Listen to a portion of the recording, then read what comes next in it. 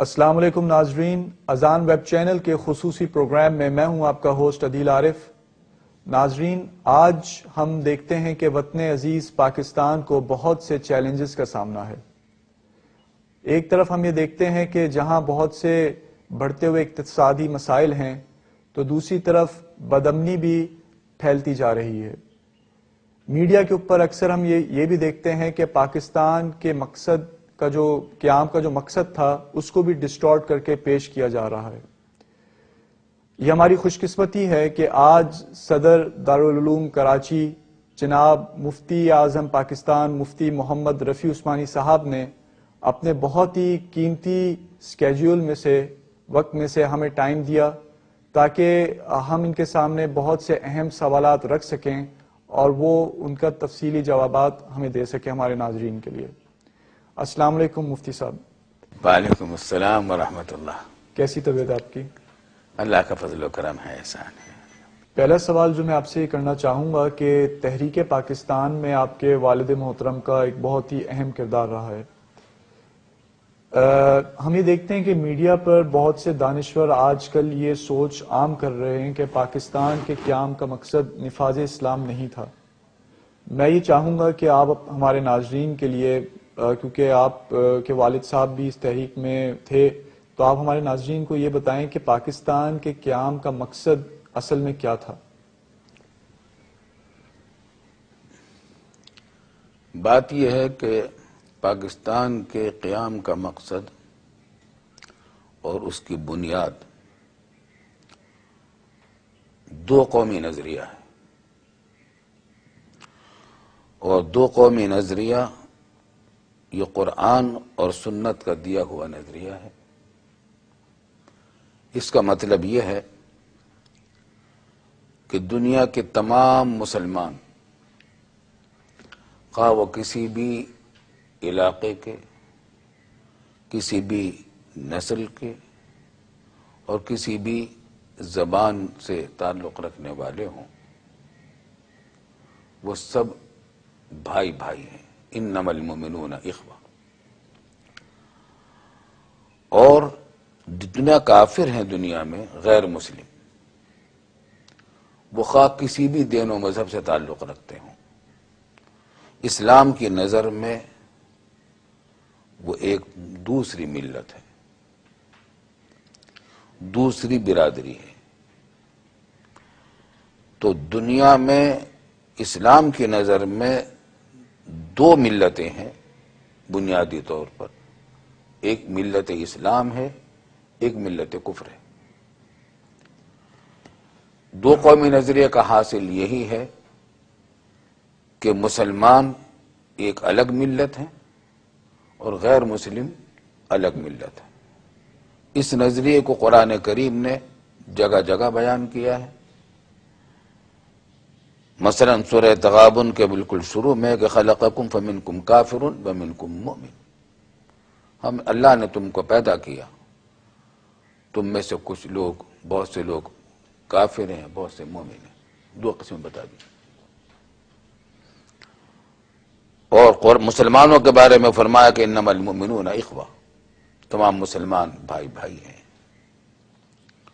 یہ دو قومی نظریے کا خلاصہ اور لب لباب ہے۔ پاکستان کا مطالبہ مسلم لیگ نے، قائد اعظم نے،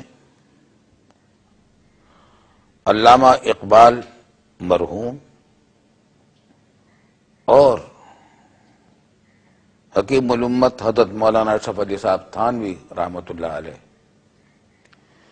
ان دونوں قائدین کے نظریے، دونوں قائدین کی سوچ کے مطابق مسلم لیگ نے قائد اعظم محمد علی جناح کی سرکردگی اور رہنمائی میں اور قیادت میں تحریک پاکستان چلائی۔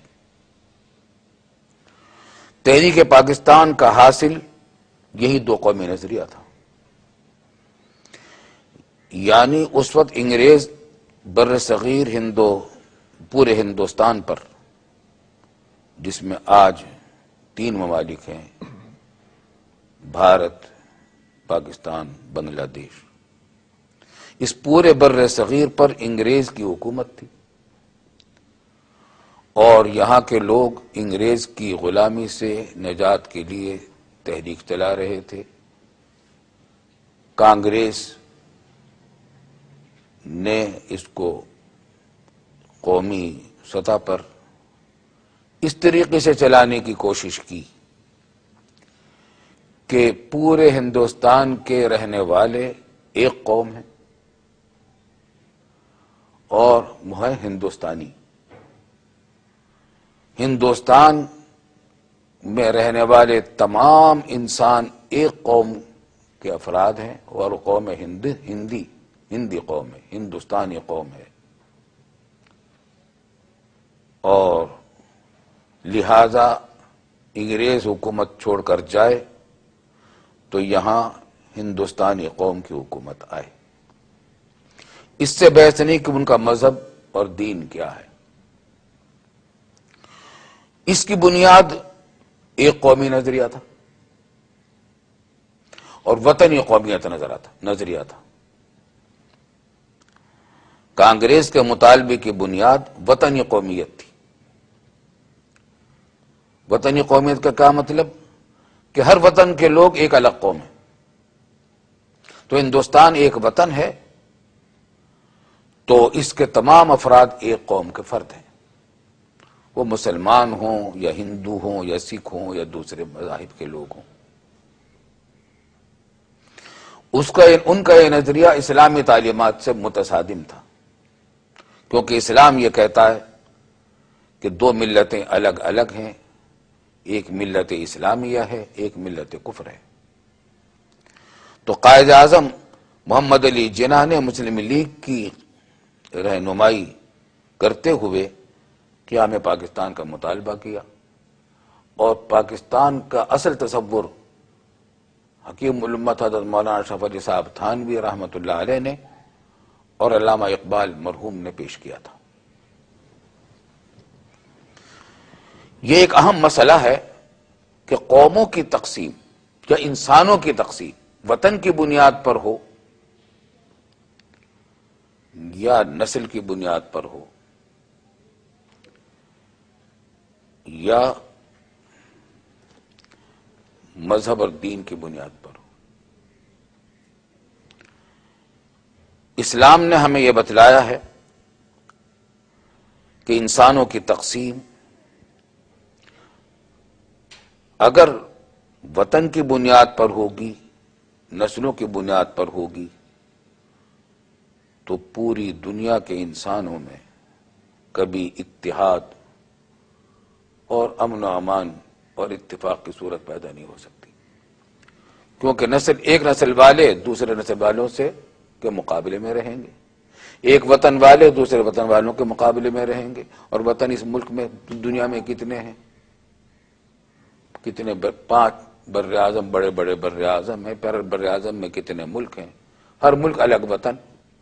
اس کا مطلب ہے کہ ہر وطن کے لوگ الگ قوم، اور پھر وطن ہی ملک ہی کی کیا بات ہے، پھر ایک صوبے کے لوگ الگ قوم کیوں نہیں ہیں، اور پھر صوبے کی کیا بات ہے، ہر ضلع کے لوگ الگ قوم کیوں نہیں ہیں، اور پھر ضلع کی کیا بات ہے، ہر شہر کے لوگ الگ قوم کیوں نہیں ہیں، اور ہر شہری کی کیا بات ہے، ہر قصبے کے لوگ کیوں قوم نہیں ہیں، کیونکہ قصبہ ان کا وطن ہے۔ تو انسانوں کو کبھی اتحاد نصیب نہیں ہو سکتا وطنی قومیت کی بنیاد پر۔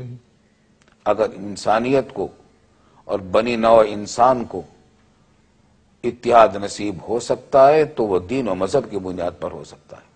کیا وجہ اس کی یہ کہ ایک نسل کا آدمی اپنی نسل کو تبدیل نہیں کر سکتا، مجبور ہے کہ وہ اپنی نسل میں ہے، نسل کو تبدیل تو نہیں کر سکتا۔